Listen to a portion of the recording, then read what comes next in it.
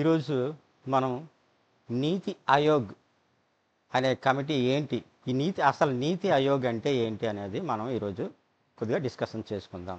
నీతి ఆయోగ్ అనగా ఏంటి, అసలు దీన్ని ఎవరు ప్రవేశపెట్టారు, ఈ నీతి ఆయోగ్లోని ఉన్నటువంటి లక్ష్యాలేంటి, దీని యొక్క విధానాలేంటి, ఇది ఏ ప్రభుత్వం ప్రవేశపెట్టింది, రాష్ట్ర ప్రభుత్వమా కేంద్ర ప్రభుత్వమా, ఏది ప్రవేశపెట్టింది, దీని యొక్క కొన్ని అంశాలు మనం ఈరోజు డిస్కషన్ చేసుకుందాం. First of all, NITI Aayog a new system farm-made on the January 1st, 2015 replaces the planning commission under the leadership of India Prime Minister of Narendra Modi. అంటే ఈ నీతి ఆయోగ్ అనే ఈ యొక్క విధాన కమిటీ అనేది ఎవరు ప్రవేశపెట్టారంటే, first of all Narendra Modi గారు January 1st, 2015లో ఇది స్టార్ట్ చేశారనమాట. దీని యొక్క ముఖ్య ఉద్దేశం ఏంటంటే, దీని మీనింగ్ ఏంటంటే, national institution of transforming it is called national institute of transformation of the India అని అనేసి దీన్ని అంటారనమాట. In Telugu, according to Hindi language, niti means policy and aayog means committee. Niti means policy అంటే విధాన, ఆయోగ్ మీన్స్ కమిటీ అంటే ఒక కమిటీ. అకార్డింగ్లీ నీతి ఆయోగ్ మీన్స్ పాలసీ కమిటీ. ఇది విధాన కమిటీ. ప్రణాళిక సంఘం తరపున నరేంద్ర మోడీ గారు ఏంటంటే ఈ నీతి ఆయోగ్ అనే ఒక దీన్ని మీరు ప్రవేశపెట్టారనమాట. ఇది దేనికోసం ప్రవేశపెట్టారు, ఎందుకు ప్రవేశపెట్టారు, అసలు దీని లక్ష్యాలు ఏంటి అనేది మనం ఈరోజు తెలుసుకుందాం. It has vice president and CEO. దీనికి ఒక సిఇఓ అనేసి ఉంటారంటే, సిఇఓ మీన్స్ కార్యనిర్వాహకుడు. అంటే ఒక సంస్థకి మొట్టమొదటిగా సిఇఓ ఉంటారు. ఈ సిఇఓ ఆధ్వర్యంలోనే అవన్నీ కూడా ఆ యొక్క ఆ యొక్క కమిటీ అంతా కూడా జరుగుతుంది. ఆ కంపెనీ తాలూకు సంస్థ ఇదంతా కూడా ఆ యొక్క సిఇఓ ఆధ్వర్యంలోనే జరుగుతాయి. మెయిన్ ఏంటంటే సిఇఓ. దీనికి వైస్ ప్రెసిడెంట్ సిఇఓగా ఉంటారు. The chief ministers, governors and lieutenant governors of the union territories of all the states of India are members of the governing body. అంటే ఈ ప్రణాళికా సంఘములో ఎంతమంది అయితే సభ్యులు ఎవరెవరు ఉంటారు అంటే, స్టేట్స్ మినిస్టర్సు, గవర్నర్సు అండ్ కేంద్ర పాలిత ప్రాంతం నుంచి వచ్చినటువంటి ఆ యొక్క గవర్నర్సు, వీళ్ళందరూ కూడా ఈ ప్రణాళికా సంఘంలో సభ్యులుగా ఉంటారు. వీరందరూ కూడా ఈ నీతి ఆయోగ్లోనే ఉన్నటువంటి సభ్యులు అన్నమాట. అయితే ఈ నీతి ఆయోగ్ సభ్యుల్లో శాశ్వతమైనటువంటి సభ్యులు ఒక 5 ఉంటారన్న. ఇదిగో, it consists of the 5 full time members and 2 part time members ఉంటారన్నమాట. ఫుల్ టైం మెంబర్స్ అంటే శాశ్వతమైనటువంటి సభ్యులు. వీరిని ఎవరు మరి తీయడానికి లేదు, ఎవరు కూడా మరి వీరికి ఏది అనడానికి లేదనమాట. వీరే శాశ్వతమైనటువంటి సభ్యులు, ఈ 5 ఉంటారనమాట. తర్వాత 2 పార్ట్ టైం మెంబర్స్ ఉంటారనమాట. వీరేంటంటే వీరు పదవి విరమణ పొందుతూ ఉంటారు అప్పుడప్పుడు. ఎవరు అంటే వీరిని ఎక్కడి నుండి సెలెక్ట్ చేస్తారు అంటే, both chief ministers, governors and lieutenant governors, union territories of all the states of the Indian members of governing body. అంటే ఈ యొక్క ప్రణాళిక సంఘంలో వీళ్ళందరూ ఉన్న తర్వాత ఈ 2 మెంబర్స్ ఎక్కడి నుండి వస్తారు అంటే, యూనివర్సిటీస్ అండ్ రీసెర్చ్ ఇన్స్టిట్యూట్స్. అంటే పరిశోధనా సంస్థలు ఉంటాయి కదా, పరిశోధనా సంస్థల నుంచి, మరేమో యూనివర్సిటీ నుంచి ప్రొఫెసర్సు, ఎవరైతే మంచి అనుభవం ఉన్నటువంటి వారు ఉంటారో వారిని ఇందులో 2 మెంబర్స్గా సెలెక్ట్ చేసుకుంటారు. 5 మెంబర్స్ ఏమో ఆ రాష్ట్రాల నుంచి వస్తారు, ఆయా కేంద్ర పాలిత ప్రాంతాల నుంచి వస్తారు. మరేమో ఈ 2 మెంబర్స్ ఏమో ఇక్కడ యూనివర్సిటీ నుంచి, రీసెర్చ్ ఇన్స్టిట్యూట్ నుంచి వస్తారనమాట.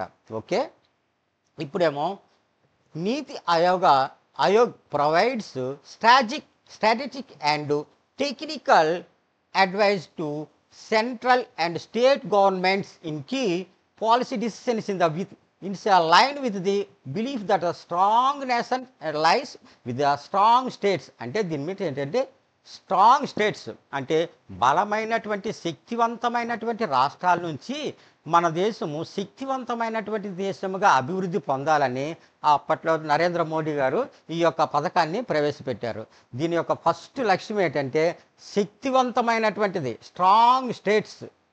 ఈ స్ట్రాంగ్ స్టేట్స్ నుంచి స్ట్రాంగ్ నేషన్గా ఇది అభివృద్ధి పొందాలనేది దీని యొక్క ముఖ్య ఉద్దేశం అన్నమాట. అందుకోసం ప్రధానమంత్రి గారు ఈ నీతి ఆయోగ్ అనేది దీన్ని ప్రవేశపెట్టారనమాట. ఫస్ట్ డిసిషన్ ఏంటంటే ఇదనమాట. తర్వాత it advises on economic as well as the national and international matters of the priority. ఇందులో ముఖ్యమైనటువంటి లక్ష్యం ఏంటి అంటే ఈ నీతి ఆయోగ్ తాలూకు ముఖ్య లక్ష్యం ఏంటంటే ఎకనామికల్గా అంటే ఆర్థిక పరంగా ఏవేవి అంశాలు అయితే ఉన్నాయో వాటిని ఇదేంటంటే ఎక్కువగా జాతీయ అంతర్జాతీయ విషయాల్లో కూడా ఇది ఎక్కువగా ప్రియారిటీ ఇస్తుందన్నమాట. ఇది దీన్ని డిస్కషన్ చేస్తుంది. ఇండియా ఎలా డెవలప్ అవుతుంది, ఆర్థిక పరంగా ఏ విధంగా ఇది ముందుకు వెళ్ళగలదు అనే అంశాన్ని ఇది ఎక్కువగా చర్చిస్తుంది ఈ నీతి ఆయోగ పథకం అన్నమాట. తర్వాత enable states to play active role and participate in the achievement of national goals.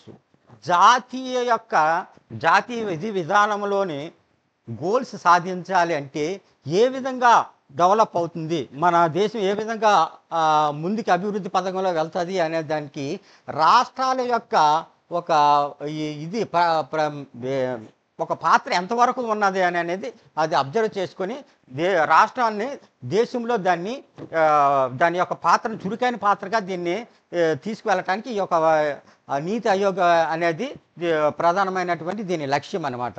Third one.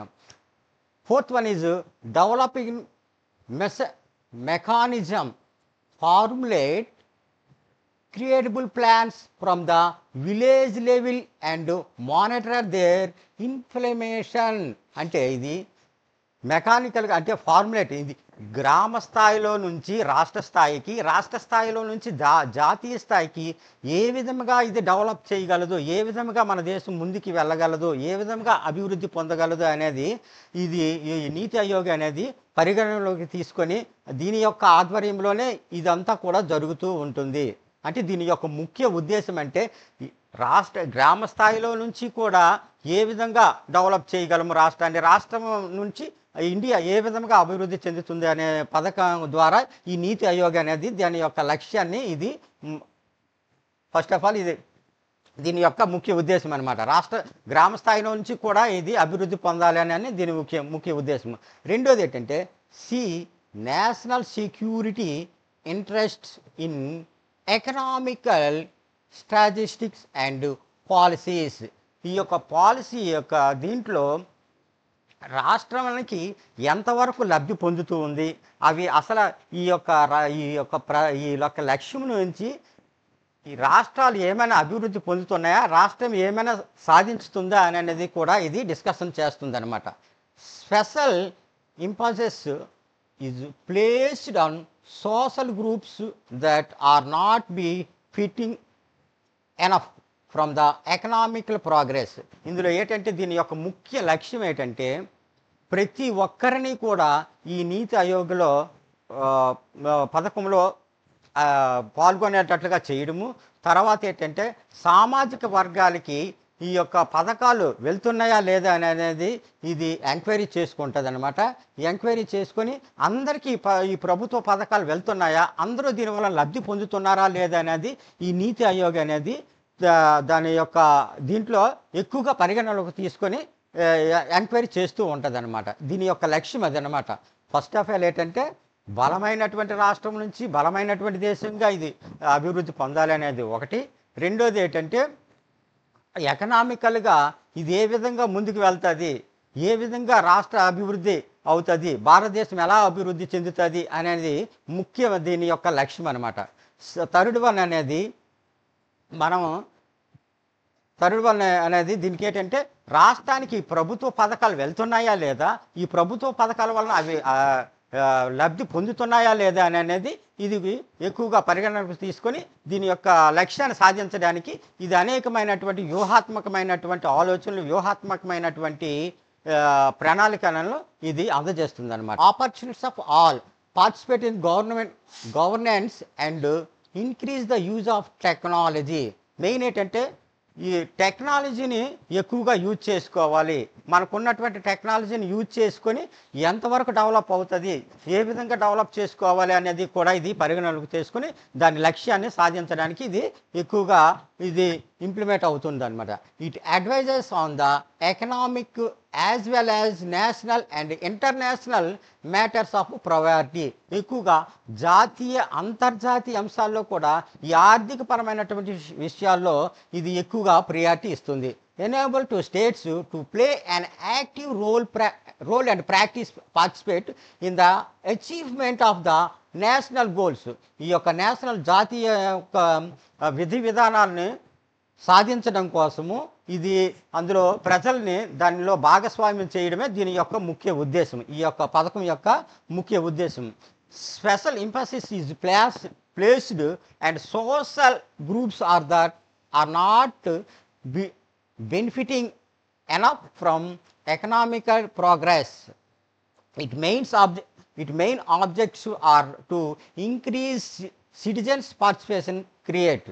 అంటే ఇందులో మనకి అతను ఏం తెలియజేస్తుంది అంటే ఇది అందరినీ ఇందులో పార్టిసిపేట్ చేసి ఏ ఒక్కరు ఇది లబ్ధి పొందుతున్నారా, లాభం పొందుతున్నారా, నష్టం పొందుతున్నారా అనేది ముఖ్యంగా ఇది ఈ యొక్క ప్రభుత్వ పథకము, ఈ యొక్క నీతి ఆయోగ్ అనేది ఆలోచిస్తుంది అనమాట.